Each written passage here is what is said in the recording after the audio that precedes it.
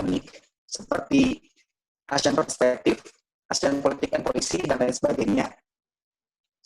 Kawan Sofwan juga sedang mempopulerkan beberapa bahasan beliau yang berhubungan dengan hubungan internasional, seperti melalui podcast Bebas Aktif, lalu di YouTube channel Kontekstual Media, dan beliau juga bisa dihubungi di Twitter beliau, yaitu @sofwanalbana, dan Instagram beliau, yaitu @sofwan. Baik, tanpa untuk mempersingkat waktu, marilah kita lanjutkan saja. Oh,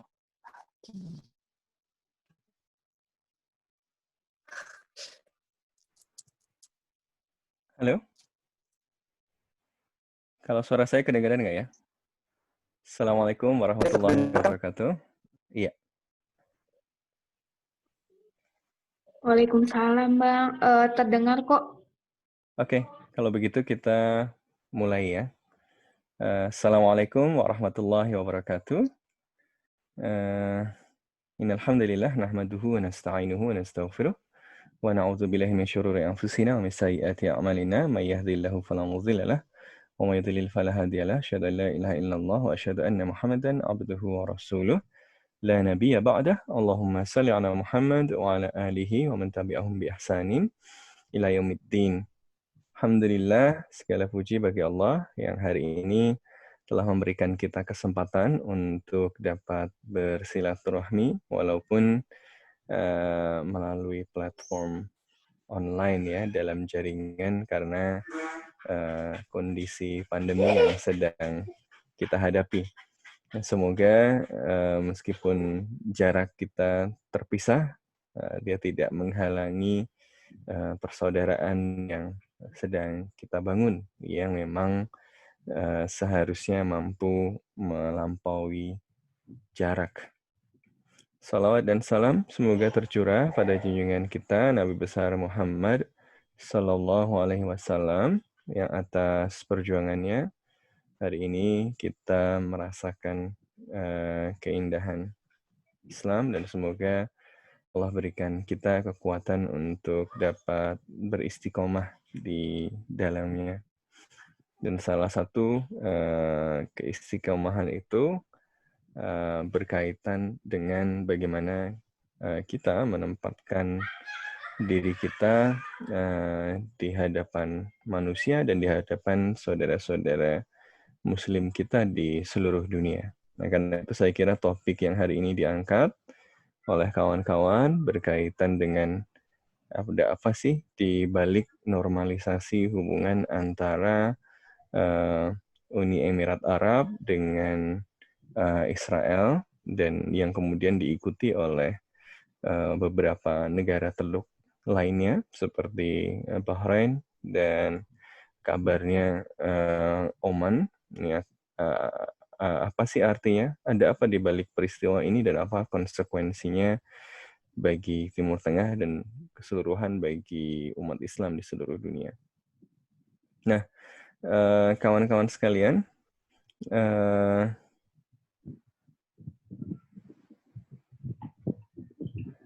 sebelumnya saya mau tanya dong, seberapa kerap teman-teman dengan Timur Tengah?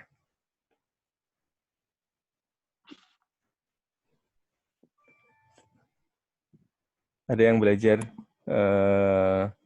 HI atau belajar kajian Timur Tengah atau kajian Arab misalnya? Ada nggak? Saya mau coba jawab, Pak Ustadz. Silakan. Mungkin kalau menurut pandangan saya pribadi ya, negara Indonesia cukup dekat dengan negara-negara Timur Tengah, termasuk itu Palestina. Makanya itu yang dikhawatirkan dari hubungan diplomatik ini antara Uni Emirat Arab dengan Israel, akankah ada pengaruh dengan kita, apakah ada pengaruh dengan Palestina? Ini tuh sedikit pengetahuan yang saya dapat. Oke, jadi concern-nya adalah apa konsekuensi dari normalisasi ini terhadap nasib Palestina gitu ya, yang tentu menjadi perhatian dan concern dari Indonesia ya. Karena salah satu yang ditekankan oleh Menteri Luar Negeri Retno Marsudi juga ketika maju menjadi anggota Dewan Keamanan PBB, salah satunya adalah agenda dukungan terhadap kemerdekaan Palestina. Nah, tentu saja isu Palestina yang jelas erat kaitannya dengan persoalan Israel ini tentu akan sangat berpengaruh kepada agenda Indonesia tersebut. Ada lagi yang mau ikut share?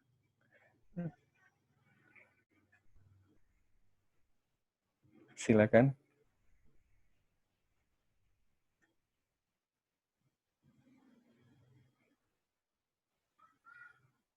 Oh, ada banyak anak HI juga. Seberapa mengenal Timur Tengah? Ya, kita coba latihan sedikit.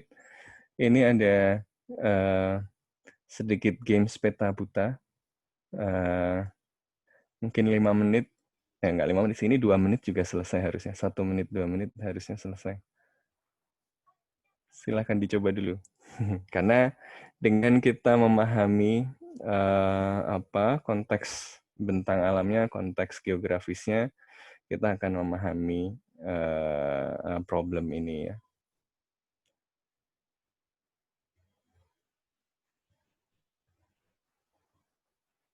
Silakan coba dimainkan.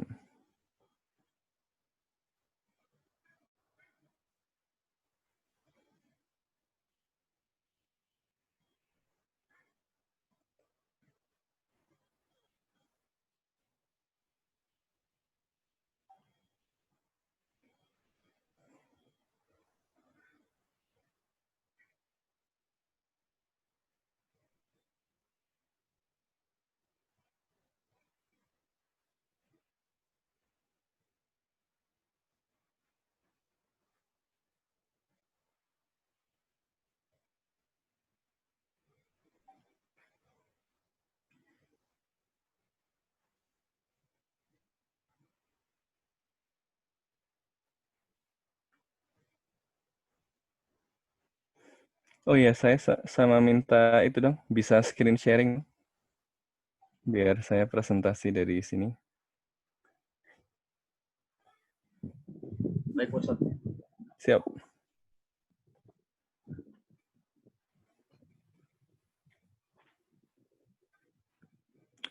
Oh bukan, maksudnya saya screen share. Saya diizinkan untuk screen sharing biar bisa presentasi. Oke, baik, Pak Ustadz.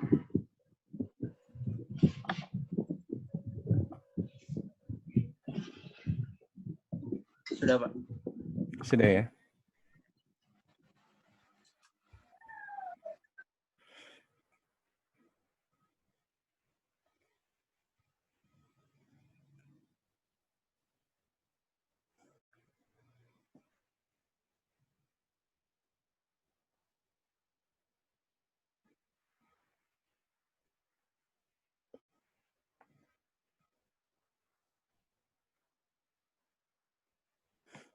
Dapat berapa?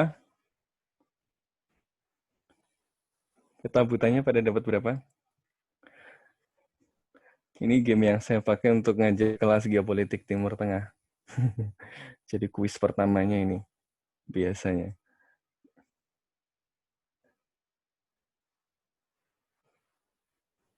Ya karena pemahaman kita terhadap petanya nanti akan sangat penting untuk kita memahami kompleksitas politik di Timur Tengah ya. Tapi anyway, berapapun nilainya, silahkan dilatih terus gitu ya, karena nanti kita akan menggunakan peta itu dalam banyak kesempatan.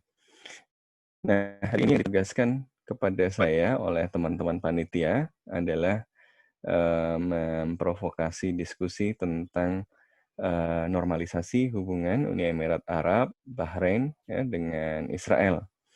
Ini hal yang normal atau hal yang merugikan? Ini sesuatu yang patut dirayakan sebagai kabar baik atau kabar buruk? Dan bagaimana konsekuensinya kepada politik kawasan, kepada politik internasional, dan tentunya kepada masyarakat Palestina yang merupakan salah satu komitmen kemanusiaan dan komitmen pembelaan dari kebijakan luar negeri Indonesia. Nah, ini tadi peta Timur Tengah. Ya, kalau teman-teman tadi melihat apa yang sekarang disebut Timur Tengah, ini sebenarnya sebuah kawasan yang memiliki sejarah yang panjang, yang tidak selalu disebut dengan Timur Tengah. Istilah Timur Tengah sendiri merupakan istilah yang relatif modern dan bertautan dengan sejarah kolonialisme ya. Makanya kemudian kenapa disebut Timur Tengah ya, karena dilihat dari sudut pandang orang-orang Eropa ya, dia ada di timur tetapi tidak terlalu jauh sehingga dia ada di Timur Tengah. Nah, tapi juga definisi tentang Timur Tengah ini sendiri juga sesuatu yang selalu dikontestasikan secara politik karena ada yang mengatakan bahwa Timur Tengah itu meliputi semua wilayah yang berbahasa Arab, ya. Tapi kemudian ada yang melihat bahwa ini adalah wilayah-wilayah yang dipengaruhi oleh budaya Arab ditambah dengan Turki dan Iran. Ada yang memasukkan wilayah Maghribi, ada yang tidak memasukkan wilayah Maghribi, dan macam-macam. Nah, ini menunjukkan betapa istilah ini sendiri secara politis dikontestasikan. Nah, Timur Tengah sekarang sedang diramaikan dengan kabar ini, yaitu normalisasi hubungan antara Uni Emirat Arab, yaitu United Arab Emirates, ya, dengan Israel. Nah, ini penandatanganannya yang dilakukan di Amerika Serikat. Dokumennya sendiri ada 3 bahasa ya, bahasa Ibrani, bahasa Arab, dan bahasa Inggris. Nah, kalau ada konflik, nanti yang digunakan sebagai panduan adalah bahasa Inggris. Nah, Donald Trump menggunakan ini untuk kampanye domestik maupun untuk menaikkan citra internasionalnya ya, dengan bahkan sampai ada seorang politisi sayap kanan di Skandinavia, di Norwegia, kemudian mempromosikan Donald Trump untuk menjadi peraih hadiah Nobel ya, karena berhasil untuk menciptakan perdamaian. Tapi apakah ini perdamaian? Dan kira-kira apa dampaknya? Masyarakat Arab dan masyarakat Muslim di seluruh dunia mengeluarkan reaksi yang beragam, tapi secara umum yang muncul adalah skeptisisme dan penolakan. Masyarakat Palestina sendiri, baik yang berada di faksi Islam maupun faksi pemerintah tepi barat, yaitu Fatah ya, faksinya Fatah yang cenderung sekuler misalnya, ini juga memiliki satu suara dan mengecam Abraham Accord tersebut sebagai pengkhianatan terhadap perjuangan Palestina. Orang-orang Uni Emirat Arab ya, para diplomat Uni Emirat Arab mengatakan bahwa justru ini mendukung Palestina. Salah satu contohnya adalah dengan perjanjian ini maka Israel kemudian melakukan penghentian terhadap aneksasi tepi barat. Nah, ini klaim dari Uni Emirat Arab, meskipun di dalam dokumennya kemudian kita tidak menemukan komitmen tersebut. Jadi komitmen tersebut cuma komitmen lisan yang disampaikan oleh Israel dan oleh Amerika yang kemudian ya diiyakan dan dianggap sebagai justifikasi oleh Uni Emirat Arab untuk kemudian membenarkan Abraham Accord ini. Nah, penghentian aneksasi ini sendiri kan sesuatu yang sebenarnya juga tidak terlalu signifikan karena Israel sendiri sebenarnya mengalami kesulitan untuk melakukan aneksasi di tepi barat karena penolakan internasional yang luar biasa. Karena memang itu pelanggaran terhadap hukum internasional, ya. Tapi masalahnya Netanyahu dan kelompok-kelompok sayap kanan menjanjikan aneksasi tepi barat, ya, karena mereka hendak mewujudkan Israel Raya, maka dia menjanjikan di dalam pemilu untuk melakukan aneksasi yang melanggar hukum internasional tersebut. Nah, tetapi tekanan internasional sangat kuat, ya, sehingga rasanya juga Israel tidak akan mempush ini. Cuma Netanyahu kemudian barangkali mencari cara untuk menjelaskan hal ini, ya, kepada konstituennya dengan mengatakan, lihat, saya tidak berhasil menganeksasi ya secara formal, ya, karena sebenarnya aneksasinya secara de facto sudah dilakukan gitu, tapi tidak dengan terbuka dan tidak mengubah status secara legal gitu, ya. Nah, nanti dengan mengatakan bahwa saya tidak berhasil melakukan janji saya, tetapi saya berhasil membukakan hubungan diplomatik dengan negara-negara Arab. Ya, karena Uni Emirat Arab ini adalah negara Arab ketiga yang menandatangani normalisasi, ya, memiliki hubungan resmi dengan Israel. Sebelumnya ada Mesir dan Yordania. Nah, Mesir ini juga sangat erat kaitannya dengan penurunan kekuatan negara-negara pan-Arab, ya, ketika konflik Arab-Israel, ya, sehingga kemudian akhirnya menandatangani perjanjian yang kemudian membuat wilayah Sinai itu kemudian dikembalikan kepada Mesir, ya, setelah sebelumnya dianeksasi juga oleh Israel. Maka kalau kita sering dengar berita tentang Palestina, tentang Gaza, salah satu wilayah yang kemudian memberikan banyak ancaman keamanan, ya, katanya bagi Mesir, sehingga Mesir kemudian menjadikan itu sebagai alasan untuk menutup jalur ke Gaza adalah wilayah Sinai.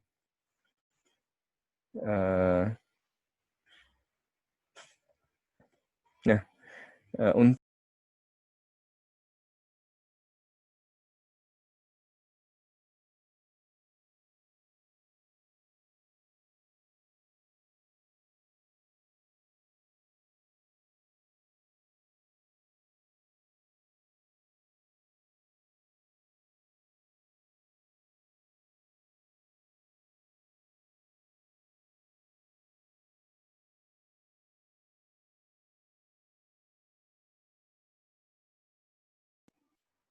untuk memahami apa yang terjadi di Timur Tengah ini menjadi penting bagi kita untuk memahami beberapa konteks ini. Ada dua konteks besar yang harus kita pahami.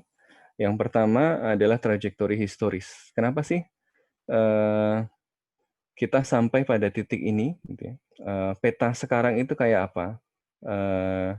Lalu yang kedua adalah disrupsi kontemporer, yaitu perkembangan-perkembangan kontemporer yang kemudian membuat peristiwa yang belakangan ini terjadi dan apa dampaknya. Kita nanti akan bahas satu persatu.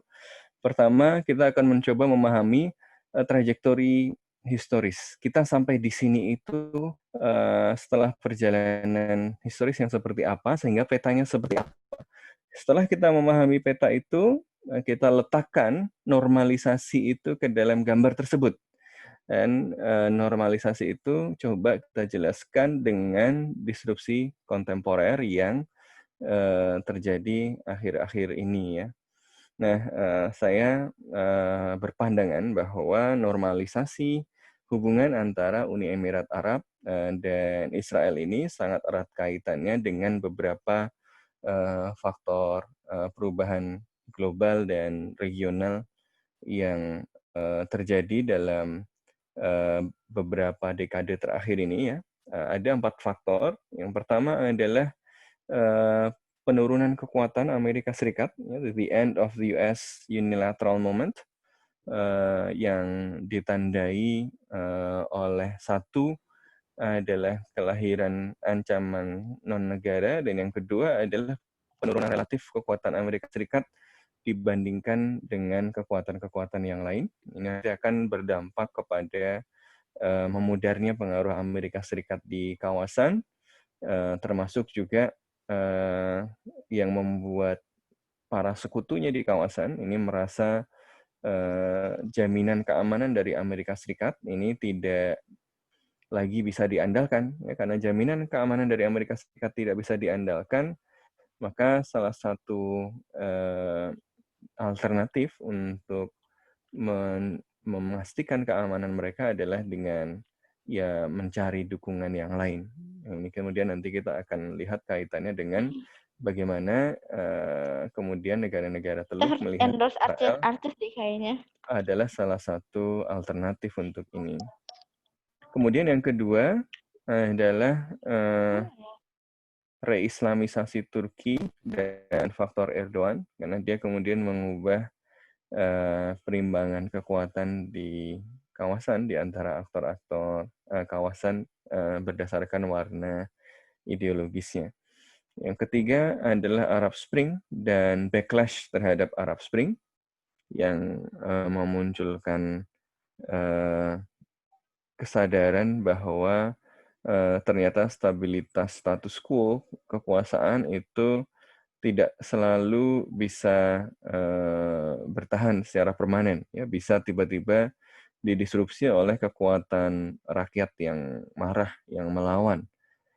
Karena itu hal ini kemudian membuat para penguasa Teluk khawatir dan insecure, ya, dan merasa bahwa ya sebelum Arab Spring ini menjangkau Teluk, ya dia harus dihentikan dengan segala cara. Dan yang keempat adalah faktor masa depan minyak. Jadi 4 faktor ini nanti akan membawa kita kepada beberapa fenomena, termasuk fenomena normalisasi hubungan Emirat Arab dengan Israel tadi. Ya, kita mulai dengan biar nggak terlalu panjang ya, kita mulai dengan sejarah persoalan di Timur Tengah ini ya. Jadi Timur Tengah itu selama sekian ratus tahun ini merupakan kawasan dan bahkan ribuan tahun ya. Ini kawasan yang tadinya memiliki identitas yang beragam ya, diperintah berbagai kerajaan ya, mulai dari yang zaman Yunani sampai kemudian ada Yunani Persia, itu mereka berebut kekuasaan di wilayah Timur Tengah untuk memperebutkan jalur dagang. Maka kemudian salah satu eksesnya, salah satu dampaknya adalah peristiwa perang antara Persia dengan Sparta misalnya, yang kalau teman-teman nonton di film 300 itu, saingan antara Sparta dan Persia, antara Yunani, negara-negara kota Yunani dan Persia ini tidak pernah tuntas, sampai kemudian nanti ada tokoh bernama Iskandar Zulkarnain atau Alexander the Great yang kemudian berhasil menaklukkan baik jalur barat maupun jalur timur perdagangan di jalur perdagangan dunia, termasuk di Timur Tengah ini. Makanya dia digelari Zulkarnain karena dia memiliki 2 tanduk kekuasaannya itu dari timur sampai ke barat. Jadi kawasan Timur Tengah ini dari dulu merupakan kawasan yang strategis. Maka tidak heran ketika kemudian Islam muncul ya pada abad ke-6, abad ke-7 ya. Kemudian meluas dengan cepat, menaklukkan wilayah Bizantium dan Persia, dan dengan cepat mengubah wajah dari kawasan Timur Tengah menjadi berbeda, yang menjadi wajah Islam. Maka kemudian sejak saat itu ya Timur Tengah berada di kekuasaan berbagai dinasti ya, berbagai kekuatan Islam ya. Tentu ada periode-periode ketika di beberapa bagian seperti di wilayah Tanah Suci ya, di wilayah sekitar Al-Quds ya, ketika masa perang salib pernah jatuh ke tangan pasukan salib ya, tapi kemudian secara umum selama periode yang panjang ya, wilayah Timur Tengah ini kemudian menjadi sebuah wilayah yang ditandai dengan identitas Islam ya. Nah, sampai kemudian muncul dominasi Eropa pada abad ke-15, mulai dari kedatangan Portugis, ya, nanti Portugis akan dikalahkan oleh Spanyol, nanti kemudian akan digantikan oleh persaingan Belanda dan Inggris, nanti akan ada persaingan Inggris dan Prancis ya di kawasan Timur Tengah. Kita tidak akan berpanjang di sini, tapi intinya pada awal abad 20 ya, hampir semua wilayah yang merupakan bekas wilayah Utsmani ya, yaitu hampir keseluruhan wilayah Timur Tengah ini kemudian berada di dalam penguasaan kekuatan-kekuatan Eropa ya, terutama Inggris dan Prancis. Ya, Aljazair, Maroko itu berada di bawah kekuasaan Prancis, Mesir, Sudan,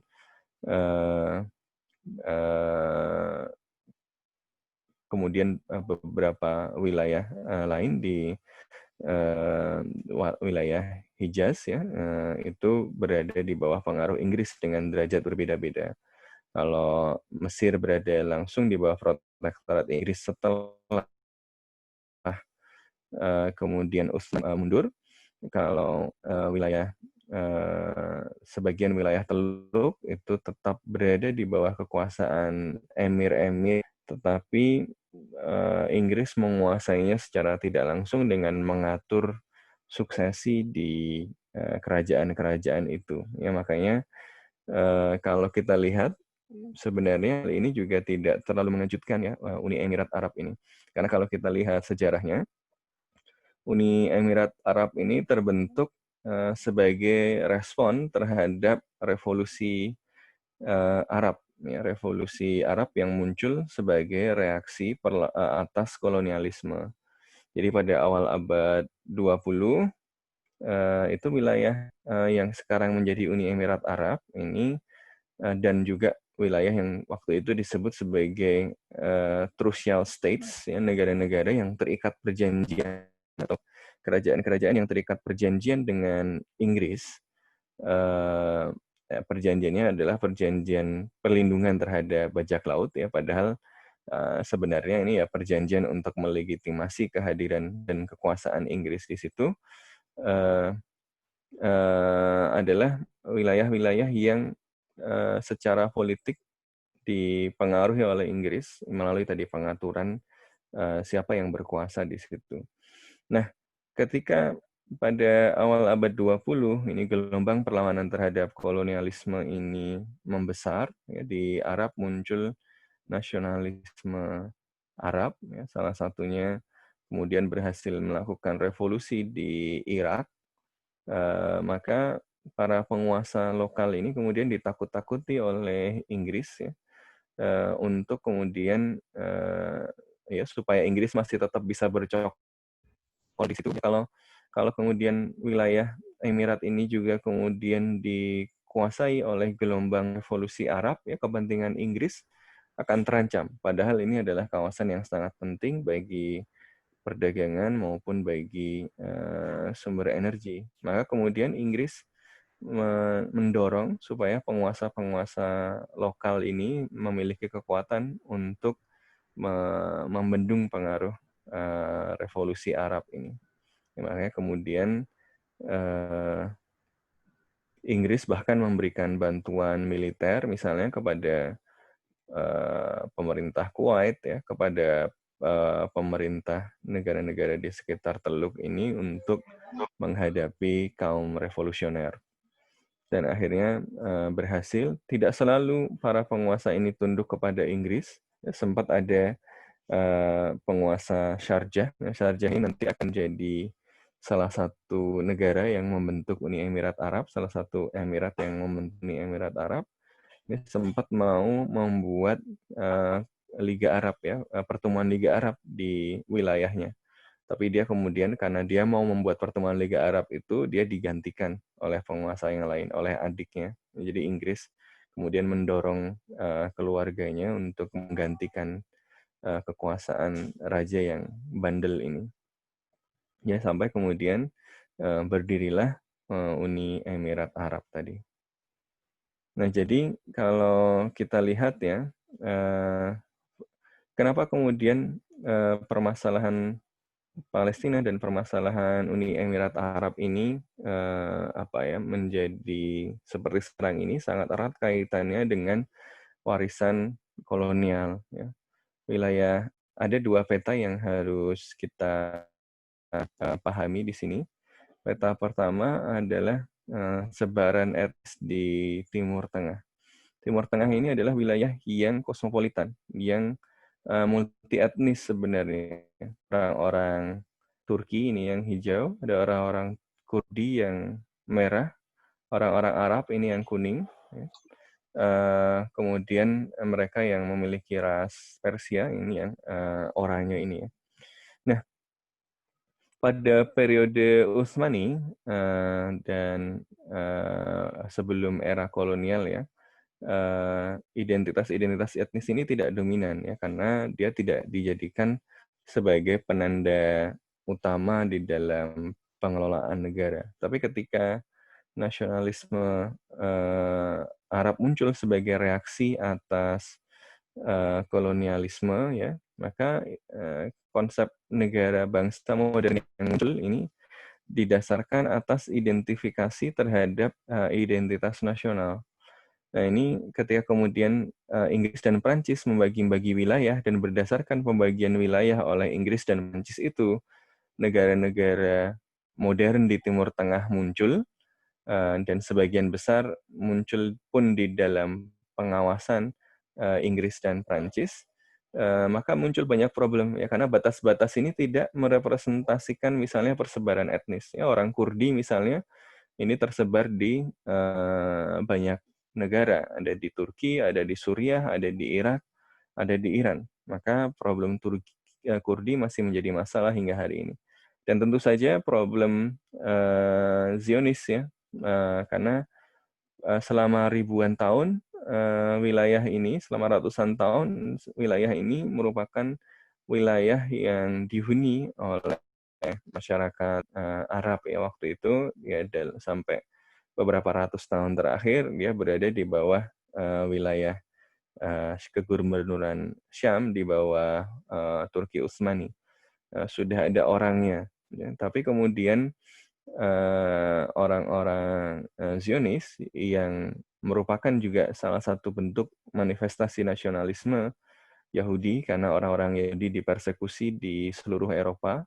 Ya, Eropa pada waktu itu sedang mengalami krisis di beberapa tempat, terutama di Eropa Timur ya, di Rusia itu tahun 1891 itu ada kelaparan besar, sementara Rusia masih terlibat perang demi perang. Maka untuk menenangkan publik, misalnya para bangsawan Rusia menyalahkan orang-orang Yahudi sebagai penyebab kondisi ekonomi yang buruk. di Jerman, di berbagai wilayah Eropa yang lain juga demikian. Nah, hal ini kemudian karena orang-orang Yahudi ini banyak yang elitnya ini aktif di sektor-sektor yang dipandang kotor ya, seperti perbankan. Ini kemudian membuat orang-orang Eropa pada waktu itu memiliki kecurigaan kepada orang-orang Yahudi, ya, bahkan orang-orang sayap kanan yang kemudian nanti menjadi Nazi misalnya melihat Yahudi itu sebagai kankernya di antara bangsa Arya. Nah, karena persekusi yang luar biasa di Eropa tersebut, ya, maka muncul nasionalisme Yahudi ya, yang muncul dalam salah satu manifestasinya adalah Zionisme. Kita orang-orang Yahudi ya tidak akan selamat, tidak akan tenang sampai kita punya tanah kita sendiri. Ya, maka kita harus mencari land for people without land. Ya. Land without people, for people without land. Nah, masalahnya adalah apa yang kemudian mereka pilih dan mereka sebut sebagai land without people, itu sudah ada people-nya, sudah ada orangnya. Dan orang-orang ini sebenarnya bukan orang-orang yang bermasalah dengan orang-orang Yahudi. Mereka hidup ratusan tahun dengan orang-orang Yahudi tidak ada masalah. Bahkan ketika orang-orang Yahudi dipersekusi di Eropa, kemudian mengungsi dengan gelombang-gelombang aliyah, ya, bergelombang-gelombang pengungsi ke wilayah yang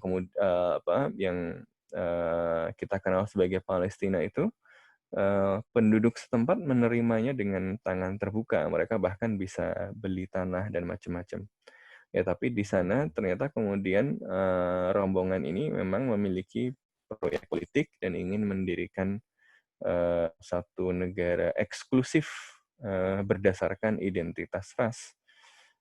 Nanti kemudian gerakan Zionis mendapatkan dukungan dari Inggris melalui deklarasi Balfour. Ya, Inggris pada waktu itu berada di dalam kekhawatiran bahwa kepentingannya di Timur Tengah itu akan terancam kalau dia kehilangan dukungan dari wilayah-wilayah di Timur Tengah yang kalau mereka merdeka dari Eropa, kecenderungannya anti Barat ya. Mesir itu didominasi oleh orang-orang seperti Sa'ad Zaghloul yang nasionalis Arab. Ada orang-orang Ba'ath di Suriah dan di berbagai negara Arab yang lain ya, sehingga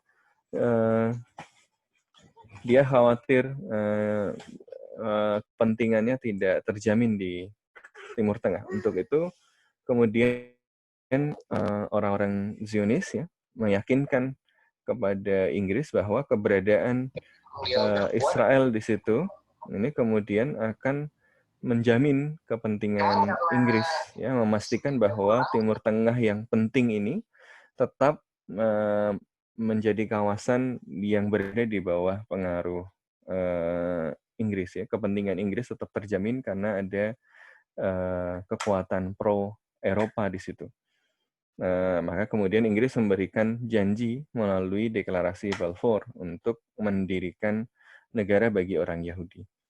Masalahnya Inggris tidak hanya berjanji kepada orang-orang Yahudi, ya. Inggris juga berjanji kepada orang-orang Arab. Ya. Ketika kemudian Inggris memprovokasi orang-orang Arab untuk melawan Utsmani, ya, melawan apa yang disebutnya penjajahan Turki, ya, penjajahan Utsmani. Inggris nanti termasuk mendorong pemberontakan atau revolusi Arabia ya dengan misalnya perjanjian Hussein McMahon ya. Di perjanjian Hussein McMahon ini nanti wilayah Arab ya akan disatukan ke dalam satu pemerintahan bangsa Arab. Yang ini nanti tidak dipenuhi oleh Inggris. Jadi Inggris nanti tidak memenuhi janjinya kepada orang-orang Arab, nanti bahkan wilayah Arab nanti akan dibagi-bagi ke penguasa-penguasa lokal yang beda-beda. Tadi lagi-lagi untuk memastikan bahwa pengaruh Inggris ya dan kemudian pengaruh Perancis juga tetap dominan di situ. Jadi orang-orang Arab ini diberi janji tapi janjinya PHP doang ya, bahkan mereka kemudian nanti didesain di dalam pembangunan negaranya untuk memiliki konflik di antara mereka terus-menerus. Nah, dalam konteks inilah kemudian problem Zionisme ini menjadi penting ya, karena di situ pertama ada benturan nasionalisme ya, nasionalisme dari orang-orang Yahudi yang dipersekusi di Eropa, kemudian merasa bahwa jawaban atas persekusi itu adalah pendirian sebuah negara untuk mereka. Problemnya adalah ini kemudian menjadi sebuah negara eksklusif yang berdiri di atas tanah yang sebelumnya sudah ada orang lain. Sehingga mau tidak mau, supaya bisa jadi land without people, people-nya harus dihilangkan dulu yang ada di situ. Ya, maka kita melihat bagaimana peristiwa Nakbah itu mengusir 2/3 penduduk Palestina keluar. Ya. Cerita-cerita bagaimana sebuah kampung beneran di bumi hanguskan, penduduknya dibantai habis, dan seterusnya.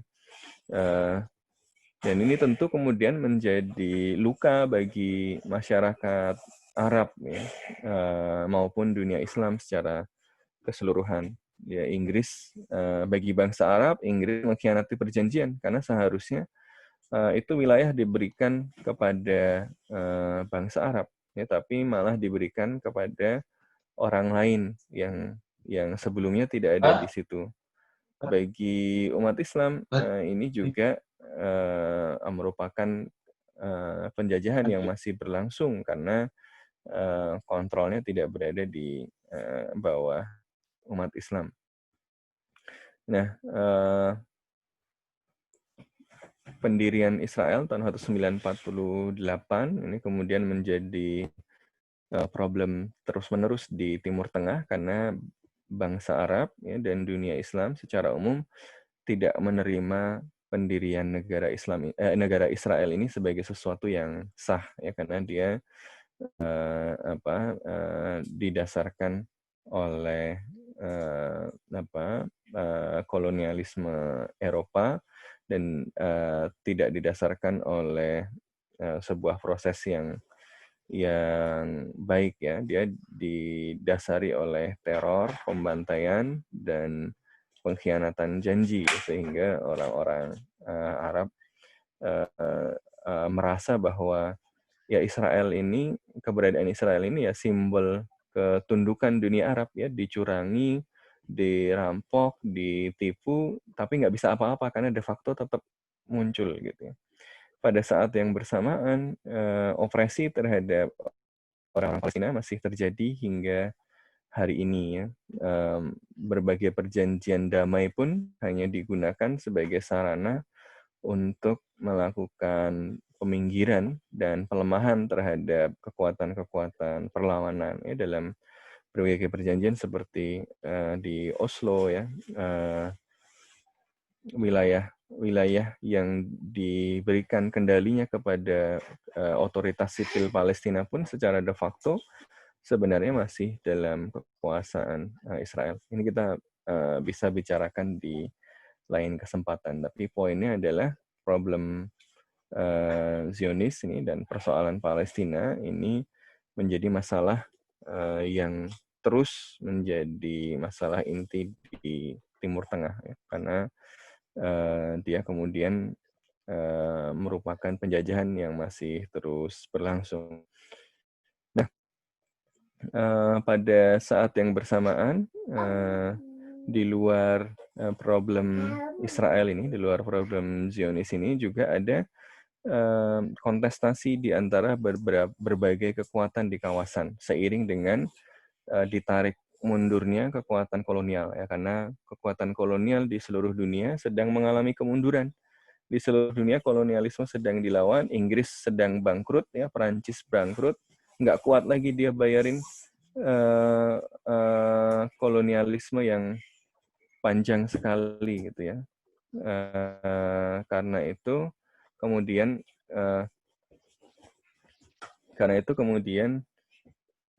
mereka menarik mundur dari wilayah ini. Ya, mereka mau mundur, tapi tidak ingin juga kepentingannya kemudian tercabut. Maka yang dilakukan adalah Inggris dan Prancis ini mau mundur, tapi memastikan bahwa yang berkuasa di situ nanti orang-orang yang bisa diajak kerjasama. Nah, di berbagai tempat, kemudian Inggris menawarkan yang namanya protektorat. Ya, di tempat lain, Inggris menawarkan yang namanya mandat. Nah, ini beda-beda. Jadi ada penguasaan langsung, ini dikuasai langsung administrasinya oleh kekuatan kolonial. Ada protektorat, ya, dikuasai oleh penguasa lokal, tapi dalam pengawasan dari kekuatan kolonial, mandat ya dikelola sementara, sama nanti ada wilayah yang kemudian didorong untuk merdeka nanti sambil dilatih dulu oleh kekuatan kolonial supaya mereka bisa mengelola negaranya sendiri. Nah, melalui proses itulah kemudian kekuatan-kekuatan Eropa tadi menyiapkan pembagian dan negara-negara yang bisa menjamin kepentingannya. Kalau ada satu bangsa Arab yang terlalu besar, apalagi jatuh di tangan kekuasaan revolusioner, kekuasaan tentu kepentingan Inggris tidak terjamin. Maka menjadi penting bagi dia misalnya untuk memastikan bahwa kekuatan Arab ini terus terpecah-pecah. Ya, makanya kemudian Inggris menyponsori atau mendorong munculnya kerajaan-kerajaan kecil, ya, emirat-emirat yang kemudian tidak mau menjadi satu bagian dengan satu republik atau satu kekuasaan Arab. Nah, jadi orang-orang Arab yang tersebar di mana-mana tidak menjadi satu kekuatan politik yang tunggal, ya, karena nanti bisa membahayakan. Makanya untuk tujuan ini kemudian Inggris mendorong, ya, supaya negara-negara Arab yang kecil-kecil ini, kerajaan-kerajaan Arab yang kecil-kecil ini, Kuwait, Qatar, Oman, kemudian Sharjah, Dubai, dan lain-lain yang kemudian nanti membentuk Uni Emirat Arab, ini bisa independen, ya, secara formal, meskipun secara de facto sebenarnya berada di bawah pengaruh Inggris. Nah, ditambah lagi dengan faktor minyak bumi yang membuat Timur Tengah menjadi penting. Makanya kekuatan kolonial tidak mau dengan mudah pergi begitu saja, ya. Nah, ini Timur Tengah, ini sumber dominan dari sumber minyak. Nah, dari situ ini latar belakang yang membuat Timur Tengah itu perimbangan kekuatannya itu ditentukan oleh keseimbangan berikut ini, keseimbangan di antara aktor kawasan dan aktor global dalam konteks yang beragam. Di pasca Perang Dunia Kedua, Timur Tengah ini selalu diwarnai pergulatan antara kekuatan-kekuatan nasionalis yang macam-macam, ya, ada nasionalis Arab, nasionalis Turki, nasionalis Kurdi, yang beragam, kemudian kelompok Islam dan penguasa-penguasa lokal tadi, yang kebanyakan muncul dalam bentuk monarki di Teluk, ya. Kemudian ada ini perimbangan di kawasan ini kemudian dipengaruhi oleh kekuatan-kekuatan eksternal, ya, pada masa sebelum 1945 adalah Inggris dan Perancis, setelah Perang Dingin adalah Uni Soviet dan Amerika Serikat. Pada tahun 1990-an, dengan runtuhnya Soviet, Amerika Serikat menjadi kekuatan yang dominan, dan sekarang mulai muncul banyak aktor-aktor lain, ya, lebih kompleks lagi dengan kehadiran Rusia, Tiongkok, dan aktor-aktor transnasional. Nah, aktor global yang sebenarnya asalnya eksternal tapi sekarang sudah mencangkokkan dirinya sebagai bagian de facto dari regional adalah proyek Zionisme. Ya, asalnya dari Eropa, tapi kemudian secara de facto menjadi kekuatan regional. Nah, perimbangan kekuatan di kawasan di antara kelompok-kelompok ini, kelompok di dalam inilah yang menentukan wajah kawasan. Ya, dulu pada masa awal pasca Perang Dunia Kedua, kekuatan dominannya adalah negara-negara pan-Arabis, ya, Mesir, Suriah, itu kekuatan-kekuatan dominan. Maka mereka lah misalnya yang mengambil inisiatif untuk menyerang Israel. Yang kemudian Israel dibantu oleh Amerika Serikat, akhirnya berhasil memukul mundur pasukan Arab ini. Nah, tapi kemudian seiring dengan kekalahan rezim Ba'ath ini, Pan-Arabis ini, ditambah lagi dengan kondisi ekonomi dan kondisi politik domestik yang tidak stabil, kekuatan mereka kemudian menurun. Ya, nanti ini mendorong kemunculan monarki-monarki Teluk sebagai kekuatan yang dominan. Tapi dominasi monarki Teluk ini nanti akan selalu terancam oleh tadi ancaman dari kekuatan revolusioner Pan-Arab maupun kekuatan revolusioner Islam ya ketika terjadi revolusi Islam Iran pada tahun 1979. Ya, makanya sebenarnya dinamika di kawasan ini selalu ditentukan oleh dinamika interaksi di antara tiga tipe kekuatan ini yang kemudian bertalian dengan kepentingan global tadi.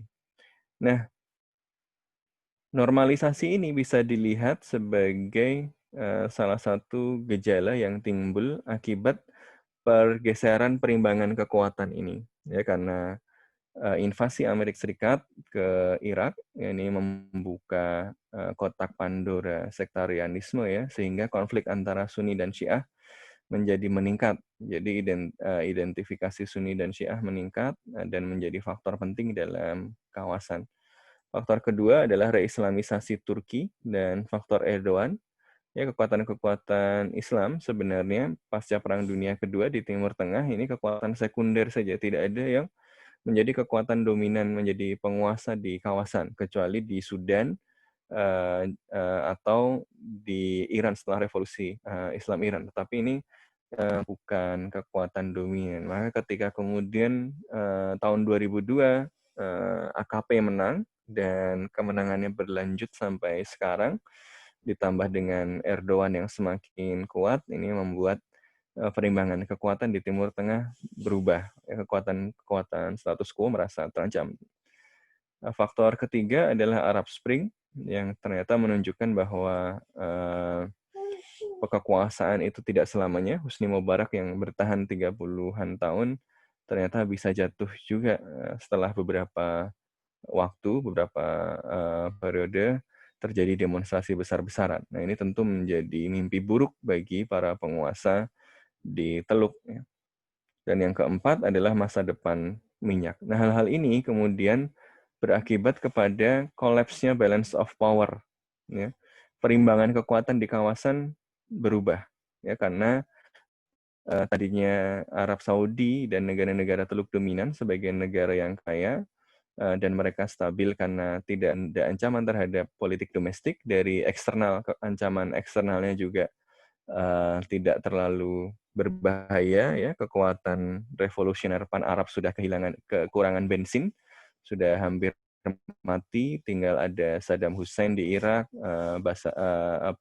Hafiz Assad di Suriah, tapi itu pun tidak lagi ekspansionis, tidak lagi membangun mimpi Pan-Arab lagi, karena mereka sendiri punya problem domestik, dan Irak, Suriah, dan macam-macam kemudian menjadi buffer untuk melindungi negara-negara Teluk tersebut dari ancaman Iran, misalnya. Makanya ketika Iran mengalami revolusi, yang dipakai oleh Amerika Serikat untuk menghentikan Iran adalah Irak. Baru nanti ketika Irak menjadi ancaman bagi monarki Teluk dengan menyerang Kuwait, Amerika Serikat menyerang Irak. Gitu. Padahal tahun 80-an Amerika Serikat membantu Irak ya, untuk mencegah pengaruh Iran. Nah, tapi dengan serangan Amerika Serikat ke Irak, Amerika Serikat membuka kotak Pandora. Ini kalau teman-teman lihat, ini siapa wajahnya? Ini Qasem Soleimani. Ini jenderal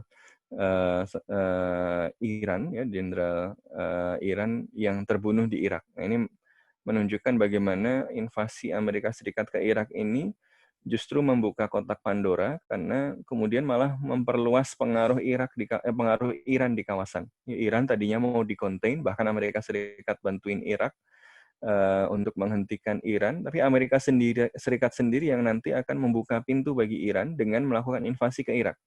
Ya, karena Irak tadinya dikuasai oleh Saddam Hussein yang Sunni, meskipun dia tidak disukai oleh Amerika Serikat, tidak disukai oleh negara-negara Teluk karena mereka khawatir dengan pan-Arabismenya, tapi dia menjadi buffer yang baik untuk mencegah kekuatan Syiah yang sebenarnya orangnya banyak di Irak ya.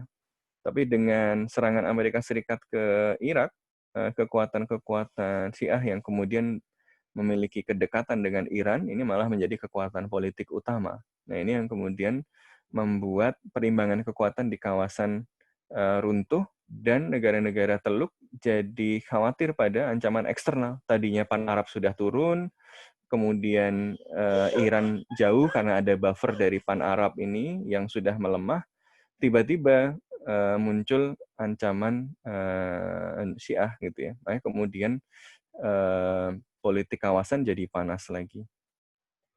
Nah, jadi saya kira dengan konteks inilah ya, mulai dari keruntuhan perimbangan kekuatan gara-gara invasi Amerika Serikat, kemudian kebangkitan Turki, kemudian peristiwa Arab Spring yang memunculkan mimpi buruk bagi negara-negara Teluk, maka kita melihat negara-negara ini kemudian merasa bahwa stabilitasnya, baik stabilitas domestik, ya, keberlanjutan rezim, maupun ancaman terhadap negara tersebut dari kekuatan eksternal, ini tidak lagi terjamin. Nah, ini yang kemudian membuat negara-negara Teluk mencari asuransi keamanan. Dalam kondisi yang tidak stabil seperti itu, Amerika Serikat justru memperlihatkan komitmen yang menurun ya, ketika periode Obama, malah kelihatan lebih lembek sama Iran. Misalnya dengan melakukan kesepakatan soal pengembangan nuklir dengan Iran. Ini kecewa sekali orang-orang seperti MBZ ya, yang boleh dibilang adalah mastermind dari perjanjian ini. Dengan kondisi begitu, negara-negara Teluk tadi melihat bahwa ya salah satu jalan untuk mengamankan diri mereka adalah dengan membangun aliansi dengan Israel. Ya, selain itu, ini bertautan juga dengan tren lain, yaitu represi kebebasan dan demokrasi dengan dukungan kekuatan-kekuatan Barat. Ini juga berkaitan dengan tren lain, yaitu meningkatnya kontestasi ketegangan antara kekuatan Iran, negara-negara Teluk, dan kekuatan baru seperti Turki dan Qatar. Ini ditambah kompleks lagi dengan kompetisi yang semakin intensif dari kekuatan-kekuatan global. Demikian untuk pengantar. Kayaknya lebih enak kalau kemudian kita lanjutkan dengan diskusi. Silakan. Billahi fisabil haq. Assalamualaikum warahmatullahi wabarakatuh. Waalaikumsalam warahmatullahi wabarakatuh. Terima kasih kepada Bapak Sofwan Albana telah memaparkan pematerian yang sangat berkesan tadi. Sebelumnya mohon maaf, saya pribadi mengucapkan mohon maaf pada Bapak Sofwan Albana dan para teman-teman audiens peserta karena moderator utama kita Kang Handadi Hidayat sedang berhalangan dalam perangkatnya. Oke, untuk membuka sesi pertanyaan, mungkin karena keterbatasan waktu, kita akan membatasi beberapa pertanyaan saja. Oke, yang dari awal itu ada Kang Rainer. Boleh open mic-nya, Kang Rainer, biar langsung berinteraksi dengan Bapak Sofwan. Silakan. Ya, makasih banyak. Selamat sore, Mas Sofwan. Selamat sore. Ya, perkenalkan sebelumnya saya Rainer, saya mahasiswa ilmu politik. Saya mau nanya nih, Mas. Menurut Mas sendiri nih, kan kita udah sempat dengar nih, kurang lebih penjelasan dari sisi historisnya, bagaimana perkembangan negara-negara Arab itu sendiri dan bagaimana geliat dari Israel itu sendiri ya, Mas.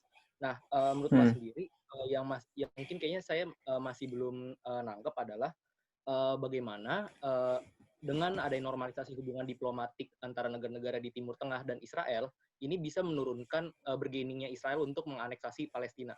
Mungkin kayak gitu, Mas. Ya. Terima kasih banyak. Terima kasih.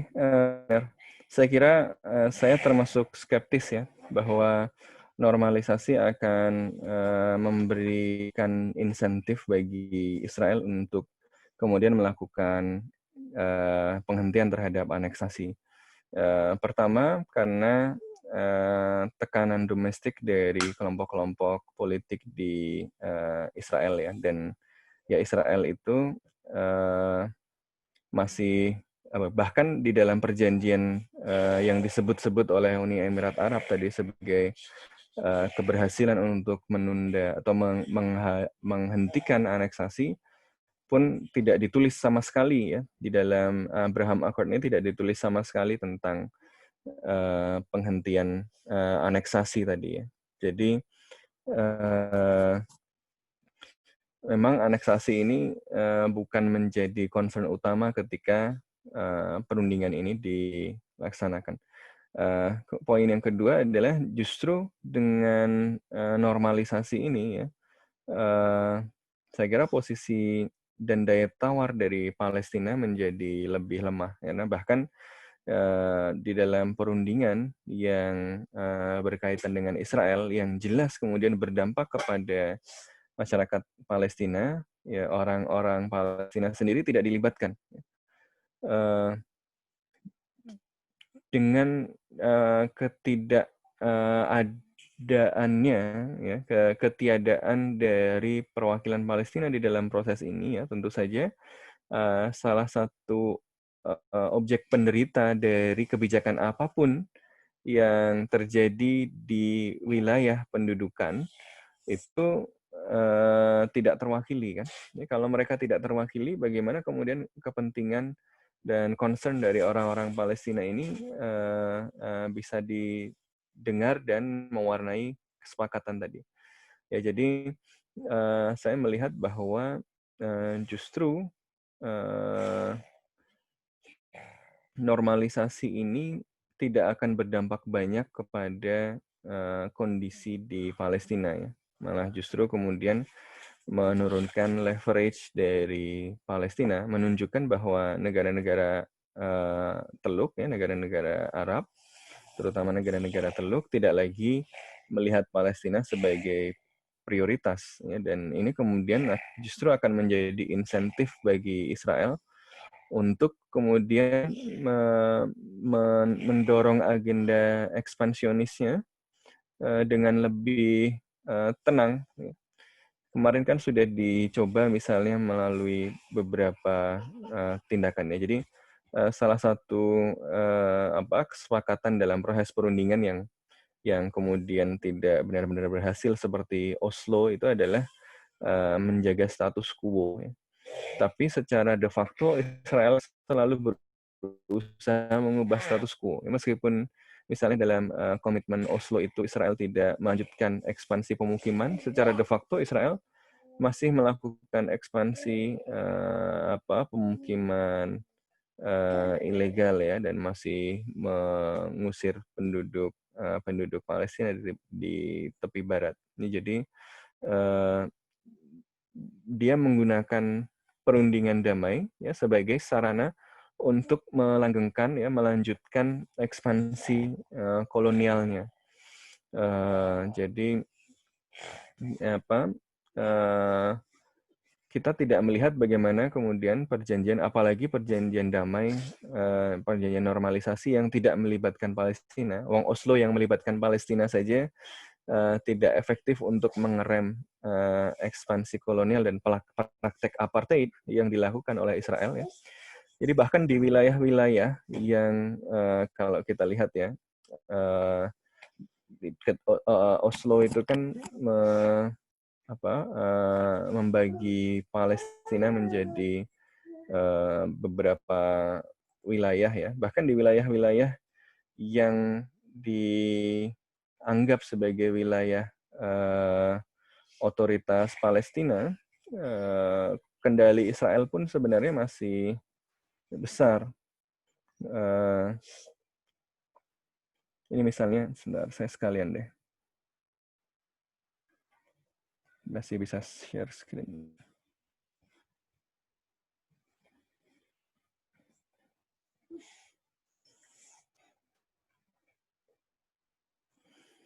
Jadi proses perdamaian kan sebenarnya sudah dimulai panjang ya. Ini tentang Palestina dari tahun 1881, mulai dari hijrah orang-orang Yahudi dari Eropa ke wilayah Palestina yang berkaitan dengan persekusi Eropa. Tahun 1917 Inggris merebut Palestina dari Utsmani. Tahun 1918 gerakan nasionalis Arab Palestina mulai muncul. Sampai kemudian mulai muncul ketegangan, konflik antara orang-orang Arab dengan orang-orang Zionis ya.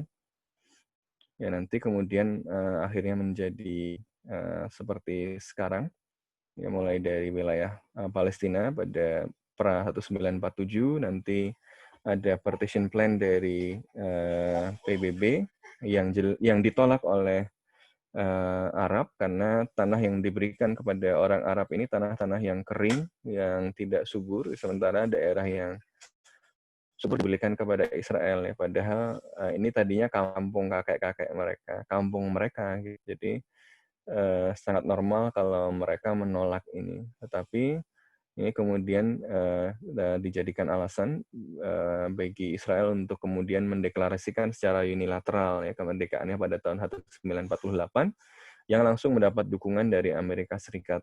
Ya, sehingga ketika negara-negara Arab merespon, mereka kemudian berhasil dikalahkan ya karena dukungan dari kekuatan-kekuatan Amerika Serikat dan kekuatan Eropa tadi. Ya, selain tentu kapasitas militer negara-negara Arab yang memang masih sangat terbatas sebagai negara-negara yang baru saja merdeka. Tahun 1967 kemudian menjadi lebih kecil lagi karena Kang ya di Six Days War itu. Ya dan sampai sekarang menjadi semakin kecil. Saya langsung lompat ke tadi kita bicara tentang Oslo ya. Jadi Oslo ini seharusnya didasarkan atas jaminan atas status quo. Neither side shall initiate or take any step that will change the status of West Bank and Gaza Strip pending the outcome of the permanent status negotiations.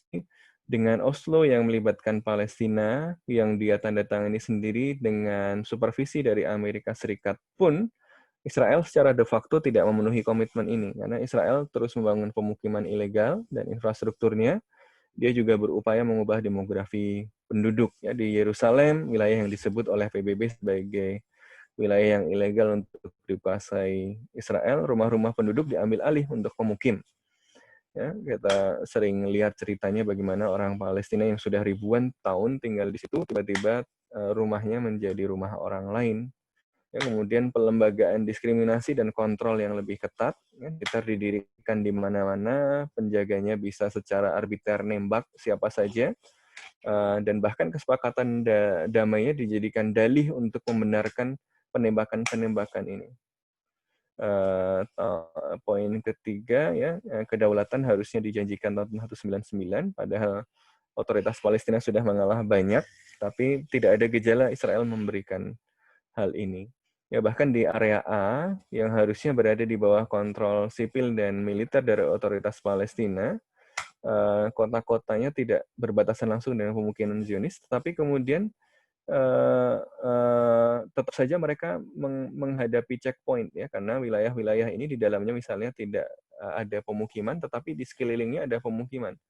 Ya karena itu mereka kemudian dipagerin, mereka kemudian kalau mau satu tempat ke tempat lain, dari satu kota Palestina ke kota Palestina yang lain yang bahkan berada di area A, ya mereka masih harus lewat checkpoint yang dibangun oleh Israel. Ya, jadi Anda bayangkan Anda mau pergi dari Depok ke Jakarta, dari Bandung ke Jakarta, mau keluar kota Anda harus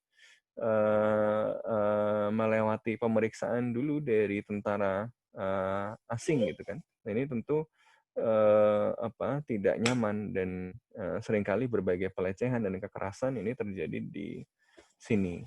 Ya, bahkan di wilayah ini justru supaya komitmen pada perdamaian, otoritas Palestina malah dijadikan instrumen untuk kekuatan okupasi Zionis ya. Sudah, nanti kita kasih damai, tapi kamu tenangkan wargamu itu. Kalau ada yang mau melawan, kamu yang tangkap ya gitu. Ya akhirnya malah di instrumen okupasi untuk membungkam ketidakpuasan ya, dari warga Palestina.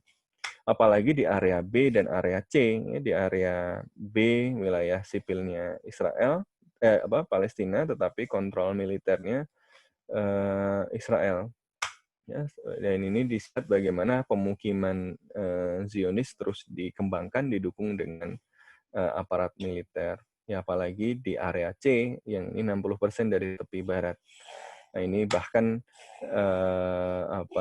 semuanya dalam kontrol penuh Israel ya. Otoritas Palestina hanya mengurusi pendidikan dan kesehatan. Tapi yang lain-lain ditentukan oleh Israel. Di sini lebih dari 70% desa-desa tidak dihubungkan dengan infrastruktur. Ya, kalau ada kemudian pemukim yang datang dari luar negeri, kemudian dibuatkan pemukiman, tiba-tiba mereka dapat prioritas untuk dapat air bersih. Ya, karena ada law of return, ya, orang Yahudi di seluruh dunia, kalau mereka datang ke Israel, mereka langsung dapat kewarganegaraan, ya mereka nanti dicarikan pemukiman-pemukiman, dan mereka langsung dapat prioritas-prioritas untuk dapat berbagai fasilitas umum yang dibayari dari pajak yang dibayarkan orang Palestina juga salah satunya. Jadi dengan kondisi begitu, ya, dan dengan pengalaman begitu, saya kok tidak yakin ya bahwa sebuah perundingan ya yang tidak melibatkan Palestina, yang tidak dibuat berdasarkan pertimbangan kepentingan orang-orang Palestina dan bukan dari okupasi Israel tadi, kemudian bisa memunculkan hasil yang lebih baik daripada perjanjian Oslo yang digadang-gadang sebagai kesepakatan damai yang ternyata juga tidak dipenuhi oleh Israel. Ya, kalau kesepakatan yang dibuat lama dengan melibatkan Palestina dengan supervisi Amerika Serikat saja Israel tidak patuh dan terus berupaya mengubah status quo dengan kekuatan militer, ya, bagaimana mungkin sebuah kesepakatan normasi yang tidak berkaitan langsung dan tidak melibatkan orang Palestina bisa berkontribusi positif kepada perdamaian di Timur Tengah. Jadi saya kira saya cukup skeptis, dan saya melihat bahwa normalisasi ini Uni Emirat Arab sendiri ya, dan fakta bahwa memang persoalan Palestina tidak lagi menjadi concern utama dari negara-negara Timur Tengah, dari negara-negara ini ya. Mereka lebih khawatir dengan ancaman eksistensial. Itu ada 3 buat mereka ya. Ancaman eksistensial yang pertama adalah Iran, ancaman eksistensial kedua adalah kelompok-kelompok Islamis ya, yang mereka lihat berhasil berkuasa misalnya di Mesir melalui Arab Spring, maka mereka mendukung As-Sisi untuk melakukan kudeta dan membiayai As-Sisi ya. Berbagai problem ekonominya bisa di-cover sampai sekarang, tapi kayaknya tidak bisa bertahan juga karena belakangan sudah rame ya manannya lagi. Apalagi kemudian dengan kemunculan Turki juga yang memberikan dukungan dan semacam optimisme kepada kelompok-kelompok Islam di kawasan juga. Ini kemudian memunculkan kekhawatiran juga dari para penguasa Teluk. Dan yang ketiga adalah kekuatan demokratis. Ini kekuatan baru yang waktu periode awal kemerdekaan belum terlalu muncul. Perkembangan masyarakat dan dengan perkembangan teknologi,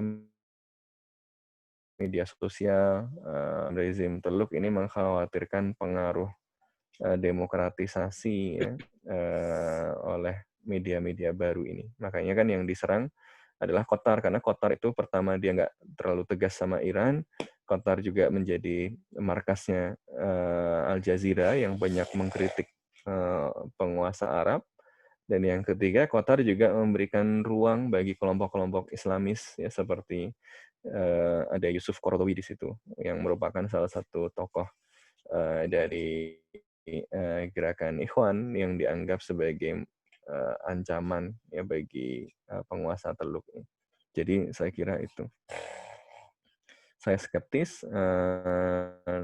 dan ya saya melihat bahwa ini lebih didominasi oleh kepentingan lain. Ya soal Palestina itu ya untuk menyenangkan publik saja karena sentimen publik ini masih sangat pro Palestina tentu saja. Sehingga tentu publik kecewa. Ya untuk meredakan kekecewaan publik Arab, ya mereka harus nyebut soal Palestina. Walaupun sebenarnya barangkali tidak ada di dalam pertimbangan strategis yang serius para penguasa Arab itu. Terima kasih.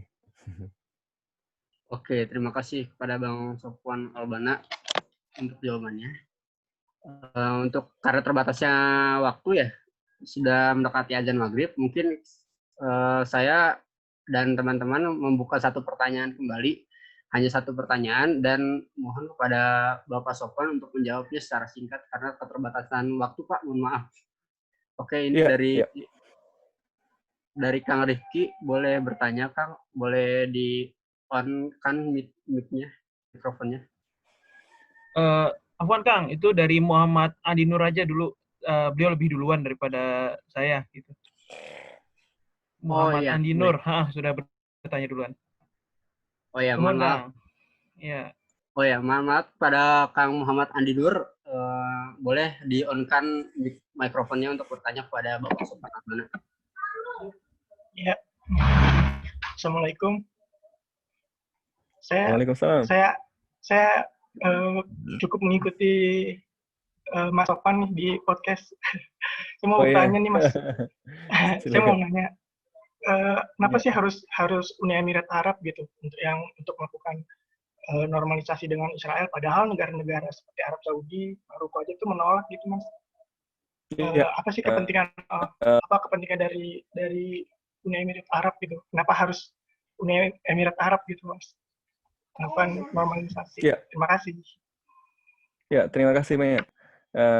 Ya karena historisnya berbeda ya. Kalau Saudi itu kan salah satu leverage utamanya di dalam hubungan internasional dan pengaruh kawasan itu kan posisinya sebagai pelayan dua tempat suci ya. Maka rajanya saja gelarnya kan Khadimul Haramain ya, pelayan dua tempat suci. Makanya dia menempatkan diri sebagai ya pemimpin umat Islam di seluruh dunia kan. Kalau dengan positioning seperti itu, dengan role seperti itu yang muncul di dalam hubungan internasional seperti itu, tiba-tiba melakukan tindakan yang tidak populer bagi umat Islam di seluruh dunia, tentu akan mengerosi atau mengurangi daya tawarnya, leverage-nya, pengaruhnya di depan umat Islam di seluruh dunia, gitu ya. Yang kalau pengaruhnya di depan umat Islam di seluruh dunia turun, akan ada yang menggantikan posisi pengaruhnya. Siapa yang akan menggantikan? Kalau nggak Turki, ya Iran. Dan justru akan kemudian memunculkan ancaman buat dia juga. Gitu. Makanya Saudi ini lebih berhati-hati. Meskipun dia juga berdalam posisi yang sama sebenarnya, lebih khawatir pada ancaman Iran. Tetapi ada posisi khas dari Arab Saudi ini, karena dia negara yang relatif lebih besar, dia memang pemimpin negara-negara Teluk dan bahkan memposisikan diri sebagai pemimpin dunia Islam yang legitimasinya itu berasal dari kepemimpinannya dalam dunia Islam itu sebagai Khadimul Haramain tadi. Makanya tentu saja langkah yang tidak dikalkulasi misalnya dengan tiba-tiba melakukan normalisasi yang kemudian bisa memunculkan ketidakpuasan dari umat Islam di berbagai negara tentu akan malah merugikan politik luar negerinya dia gitu ya. Jadi kalau secara Jawanya ini bisa golek ucang kelangan telek gitu ya. Nyari aman dengan bersahabat sama Israel tapi malah membuat dia kehilangan dukungan di wilayah-wilayah yang tadinya dia mendapat dukungan. Nanti malah digantikan sama Turki, rugi dia. Malah digantikan sama Iran, rugi dia, malah lebih terancam lagi ya kan. Jadi pertimbangan ini kemudian membuat Saudi lebih berhati-hati.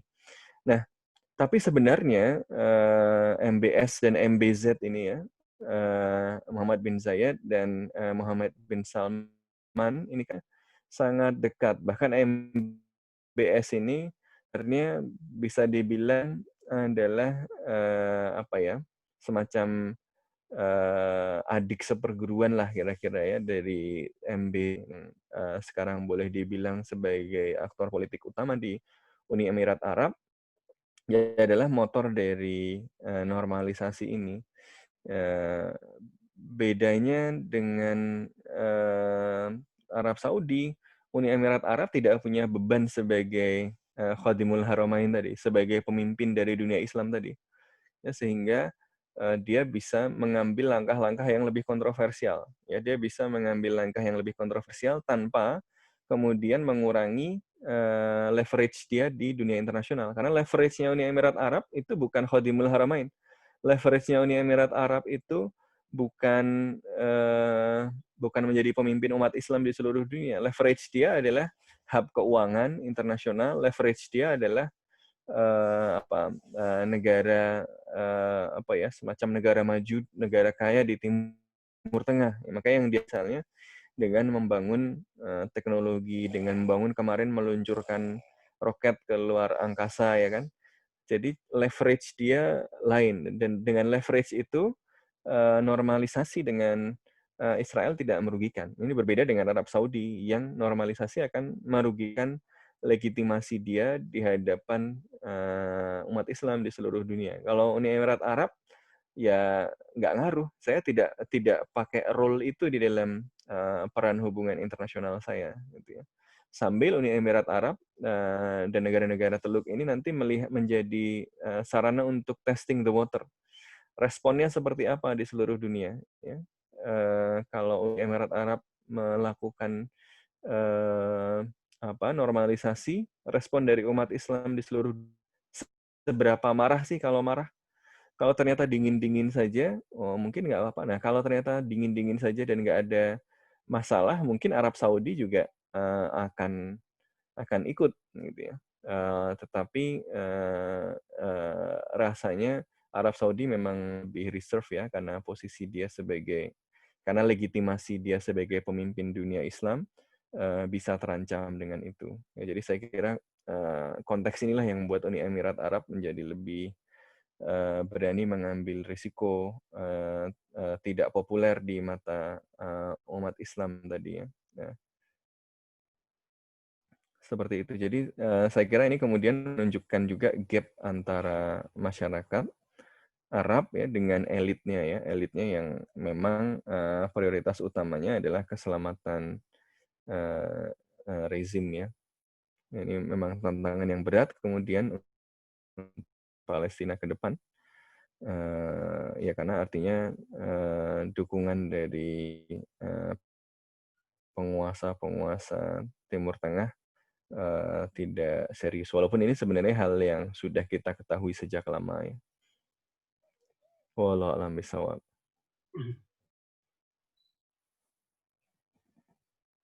Baik, terima kasih kepada Bapak Sofwan Albana atas jawabannya. Sekali lagi saya mohon maaf kepada teman-teman peserta kajian Islam Selasa kali ini karena pertanyaannya tidak tersampaikan semuanya karena keterbatasan waktu yang ada. Saya Ardino mewakili staf panitia dan petugas mengucapkan terima kasih kepada teman-teman yang telah bersedia hadir ke dalam kajian Islam Selasa kali ini. Untuk sesi penutupan kajian Islam Selasa kali ini akan ditutup oleh doa yang akan dibacakan oleh Kang Muhammad Rayhandani. Silakan. Baik, assalamualaikum warahmatullahi wabarakatuh. Waalaikumsalam warahmatullahi wabarakatuh. Allahumma salli ala sayyidina Muhammadin abdika wa nabiyyika wa rasulika an-nabiyyil ummi wa ala alihi wa sahbihi wa sallim tasliman adada ma ahata bihi ilmuk wa khatta bihi qalamuk wa ahsahu kitabuk. وارض اللهم عن ساداتنا أبي بكر وعمر وعثمان وعلي وعن الصحابة أجمعين وعن التابعين وتابعيهم بإحسان إلى يوم الدين سبحان ربك رب العزة عما يصفون وسلام على المرسلين والحمد لله رب العالمين والسلام عليكم ورحمة الله وبركاته. Waalaikumsalam warahmatullahi wabarakatuh. Mungkin kepada Bapak Sofwan Albana, adakah kata penutup untuk kita semua untuk mengakhiri kajian kali ini? Ya, teman-teman sekalian, senang sekali bisa diskusi hari ini, tapi tentu tidaknya bisa terbahas ya. Tentu saja apa yang kita lihat tadi menunjukkan bahwa hubungan internasional ini sesuatu yang memang kemudian kompleks ya. Tapi saya kira dengan kompleksitas itu kita perlu memiliki panduan yang jelas, dan panduan itu saya kira cukup jelas ya, termaktub di dalam pembukaan Undang-Undang Dasar 1945 kalau kita sebagai orang Indonesia. Salah satunya adalah kita jelas ya menegaskan sejak awal pembukaan konstitusi kita bahwa penjajahan di atas dunia harus dihapuskan ya, karena tidak sesuai dengan pri kemanusiaan dan pri keadilan. Ya, dalam hal ini maka posisi kita jelas melanjutkan dari posisi awal Indonesia sejak kemerdekaan sampai hari ini adalah pembelaan terhadap kebebasan dari orang-orang yang disingkirkan secara sistematis dari tanah mereka di Palestina. Nah, saya kira ini bagian dari komitmen keindonesiaan yang tidak bisa kita lupakan. Ya, apalagi kalau kita juga seorang Muslim yang kemudian diajarkan untuk peduli kepada saudara Muslim yang lain, maupun peduli kepada umat manusia, apapun agamanya, apapun rasnya, apapun kondisinya. Ya, kita percaya bahwa kita harus menyelamatkan yang dizalimi dan yang zalim. Ya, bagaimana menyelamatkan yang dizalimi? Dengan membela mereka. Menyelamatkan yang zalim bagaimana? Dengan mencegah kezaliman dari mereka. Nah, dalam konteks ini, saya kira menjadi tugas menjadi amanah keindonesiaan, amanah keislaman, dan amanah kemanusiaan bagi kita untuk terus menunjukkan pembelaan kepada Palestina. Ketika kemudian elit-elit ini lebih berpikir untuk mempertahankan kekuasaan mereka dan mengabaikan kemanusiaan dan nasib dari orang-orang yang tertindas, saya kira justru kemudian peran ini harus diambil oleh masyarakat sipil, diambil oleh masyarakat yang tidak berada dalam kekuasaan maupun yang ada di kekuasaan untuk terus menggelorakan solidaritas kemanusiaan ini. Jadi saya menyambut gembira kegiatan hari ini. Umat Islam harus lebih banyak mengkaji realitas masyarakat yang dihadapi ya, karena tanggung jawab kita untuk kemudian menciptakan dunia yang lebih baik untuk sesama, untuk semesta, ini membuat kita seharusnya menjadi orang-orang yang membuka mata dan membuka diri pada realitas itu. Terus belajar, terus diskusi, terus eksplor. Belum tentu yang saya sampaikan benar. Jadi terus bertanya, dan semoga kita bisa menciptakan dunia yang lebih baik. Wallahu bisawab, billahi sabilil haq. Assalamualaikum warahmatullahi wabarakatuh. Waalaikumsalam warahmatullahi wabarakatuh. Waalaikumsalam. Terima kasih kepada yang terhormat Bapak Sofwan Albana dan teman-teman serta saya hari ini mewakili kru yang bertugas mengucapkan mohon maaf jika terdapat kesalahan dan kesalahpahaman dari kita, dari tim panitia. Saya moderator mengucapkan cukup sekian kajian Islam Selasa kali ini.